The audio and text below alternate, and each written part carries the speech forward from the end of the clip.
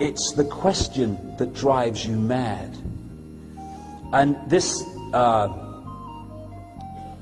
voice in the ayahuasca state said to me, it's not the question that drives you mad, it is asking it.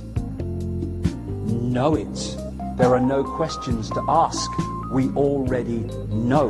And when we think we have to ask, we are all still perceiving division and limitation, when knowing knows all, and we know all, and we become the one, the oneness in awareness. Because we're all oneness, whether we perceive it or not. Whether we think we're not, we're still oneness. It's not whether we're oneness or whether we're not, it's our perception of whether we're oneness or whether we are division.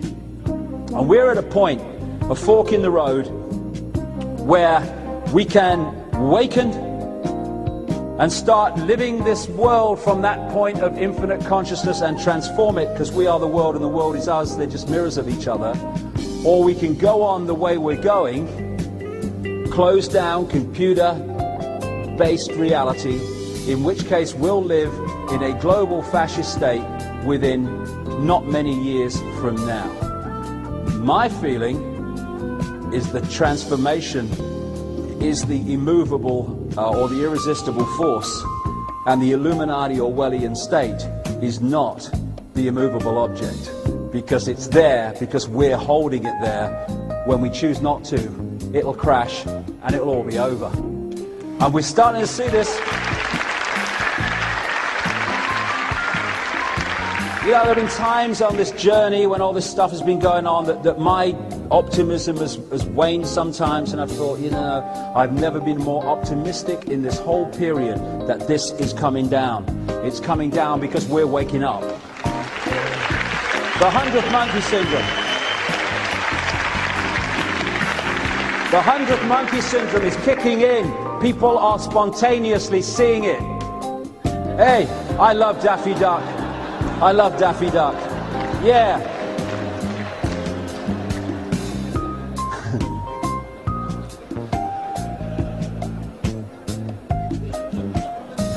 Big Brother. Yeah. Big Brother is only Big Brother because we perceive him as a point of power. He is not. It's an illusion, an illusory power they're trying to sell to us. Martin Luther King said, darkness cannot drive out darkness, only light can do that. Hate cannot drive out hate, only love can do that. This is not a case of transformation of the world through stockpiling weapons and division and conflict and let's meet violence with violence, because we'll just be caught in the same illusion. He said also, cowardice asked the question, is it safe? Expediency asked the question, is it politic? Vanity asked the question, is it popular? But conscience asked the question, is it right? And there comes a time when one must take a position that is neither safe, nor politic, nor popular, but one must take it because it is right.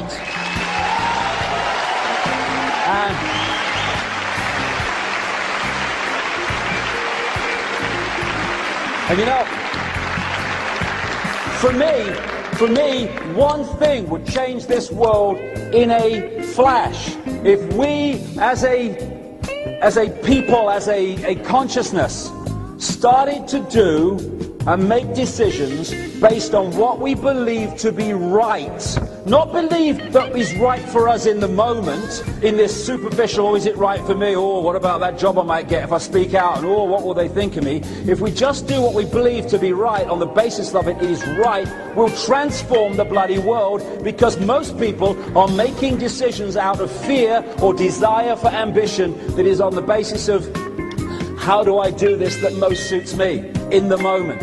When we go from it, what is right? Never mind what suits me, what is right? That would transform everything.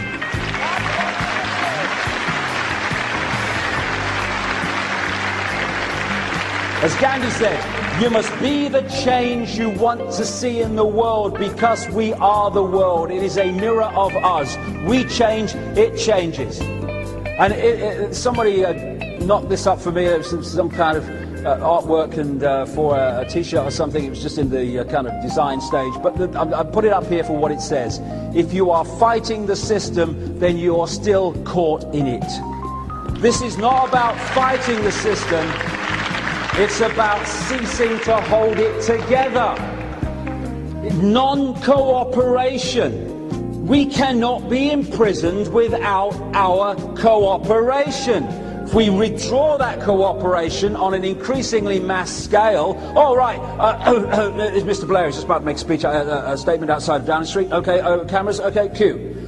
We've just had a discussion.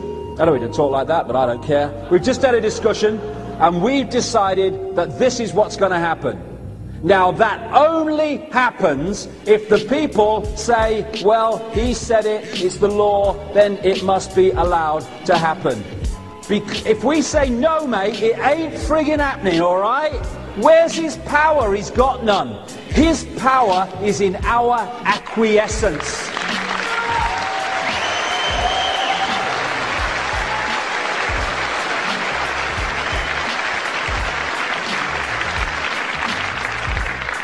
Crack the eggshell, open the heart, cosmic love, connection, know who we are, outside of the matrix, in the world but not of it, and the cards, the house of cards will crumble because that which is holding them together will have been removed.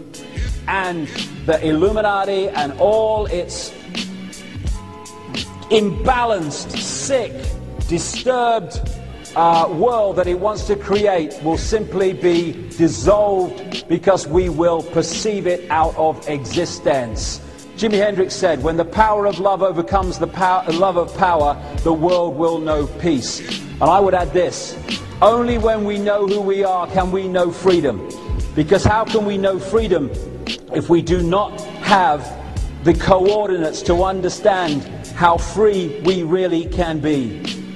Not free of the next tax demand, not free of the next Blair Bush introduced law, not free of, but free in infinite reality, infinite awareness forever, because that's all that exists, now and forever, everything. That's the freedom that we can be and we are outside of this illusion, and that's the freedom we can only know by understanding that's who we are. And infinite love is the only truth, everything else is illusion. And we are at a wonderful time. Years and years ago, I came across this wonderful piece of music by a lady. She came from Germany and then came to live on the Isle of Wight. And she wrote great music, sang great music about all the stuff we're talking about. And one part of one song said this: we are the power in everyone. We are the dance of the moon and the sun. We are the hope that will never hide. We are the turning of the tide. And we are. Thank you very much. Thank you. Thank you very much.